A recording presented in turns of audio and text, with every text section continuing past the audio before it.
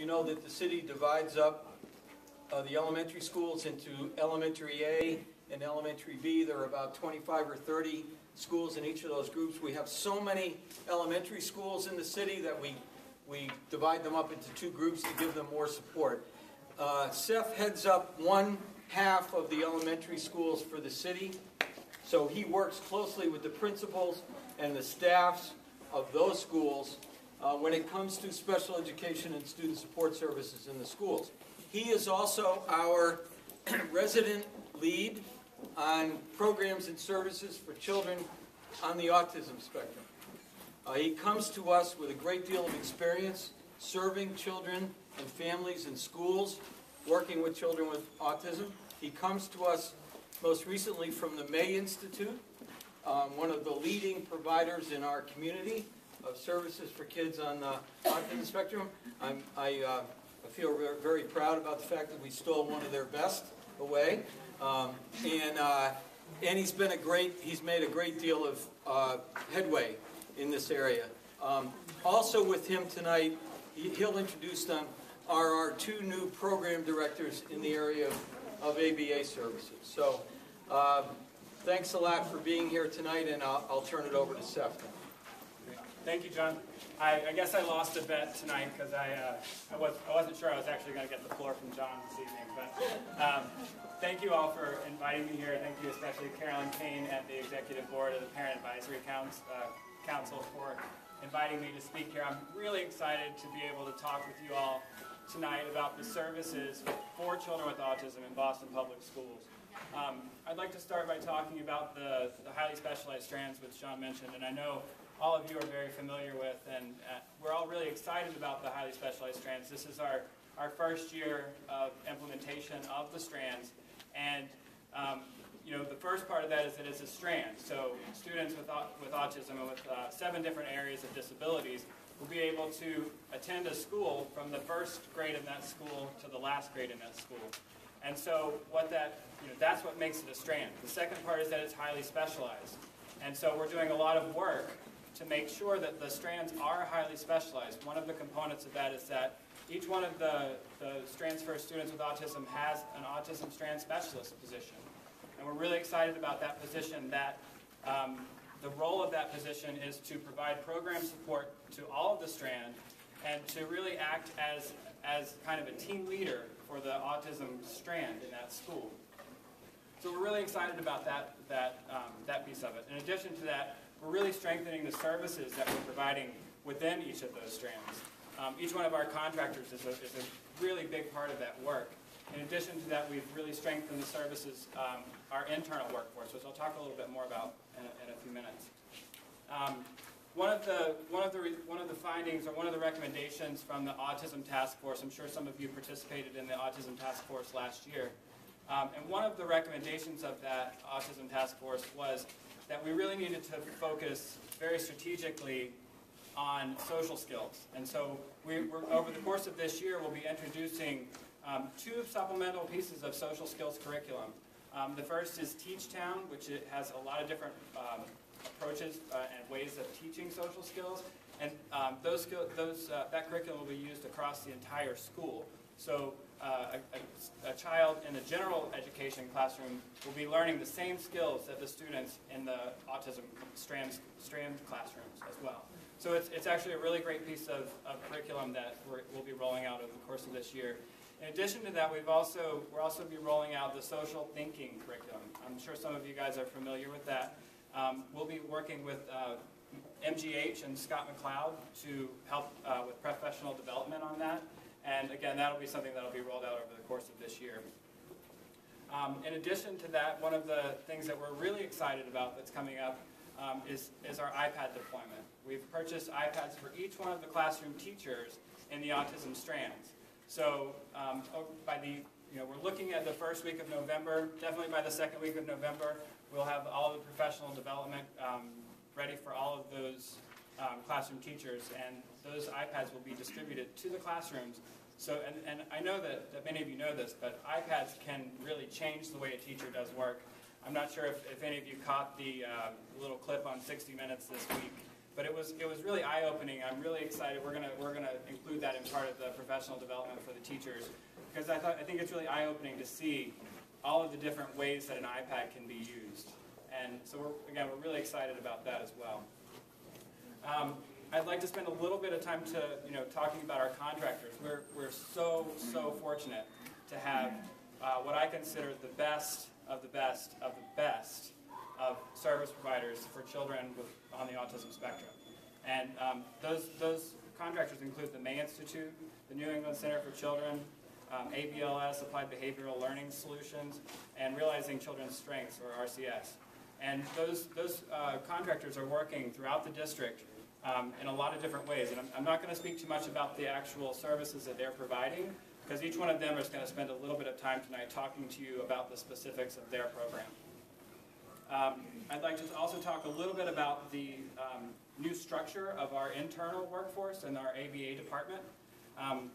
When I came to Boston Public Schools in June, one of the first things I recognized is that we didn't have a lot of great supervision for our ABA services. And so, and I know that was another recommendation from the Autism Task Force as well. So what we've done is we've created actually three positions, 3 program directors for ABA.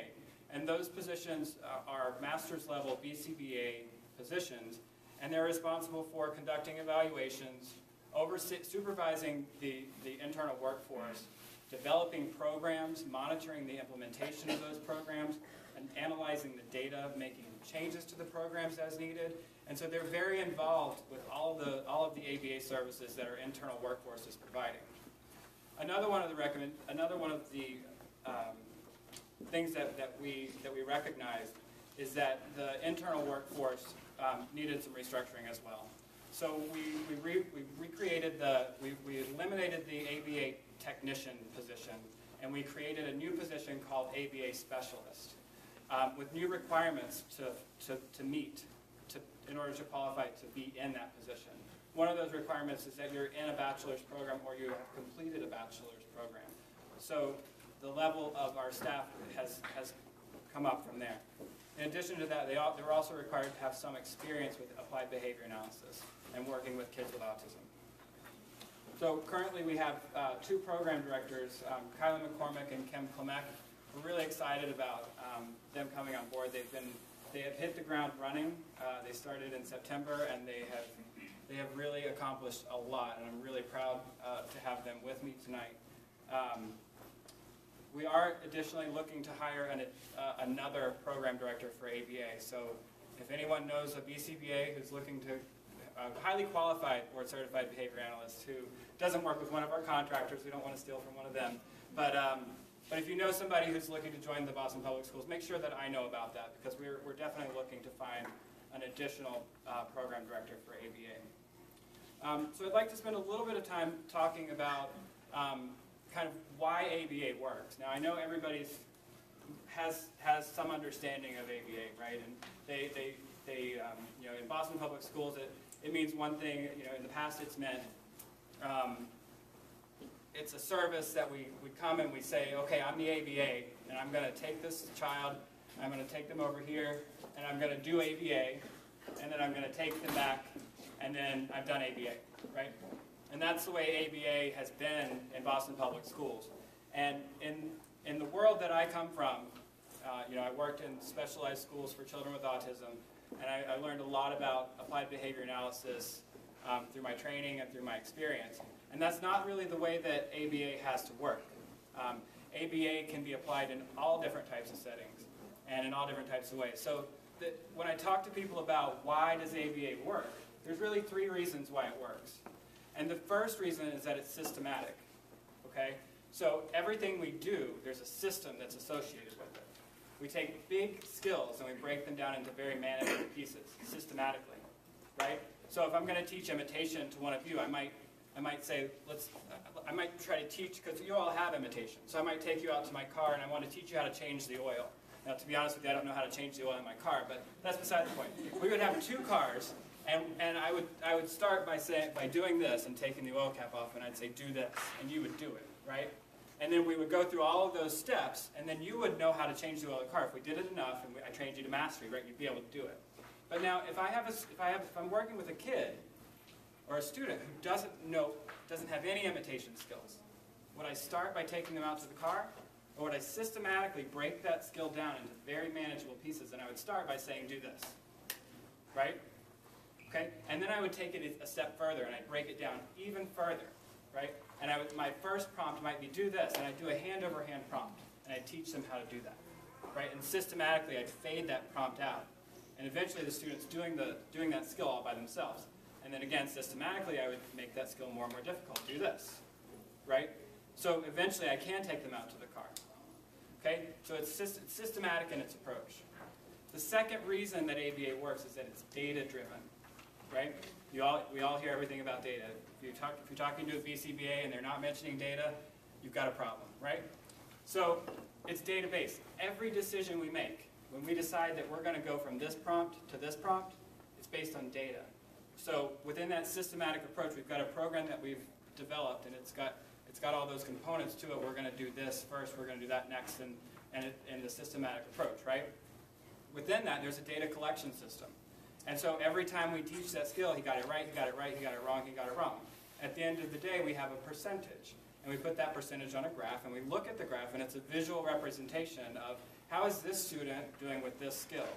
And we make a decision on that, on our programming, based on that data, right? And so that's another reason that ABA works. And the third reason that ABA works is that it's very simple.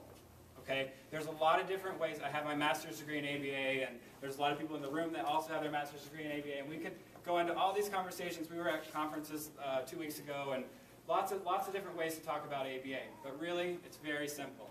If you think back to when you were a kid, and I'll just use myself. When I was a kid, I had to do chores, right? Now, I didn't get paid for my chores, but some people did. I never got paid, never got an allowance or anything like that, but some people got an allowance. Okay, so one day I get home from school, and I decide I'm going to do all the chores in the house. So my chores were supposed to be clean the bathroom and clean the kitchen. Well, I decided I'm going to clean the bathroom, I'm going to clean the kitchen, I did the living room, I cleaned my parents' room, I did the blinds, I dusted, I mopped, everything. The house was sparkling, right? The parents get home from work, and they gave me a $20 bill. Was I more likely to do that again, or was I less likely to do that again? Right? I never got paid for chores before, but I'm more likely to do that again, because guess what? There was something good associated with it. I got something good. Oh, I'm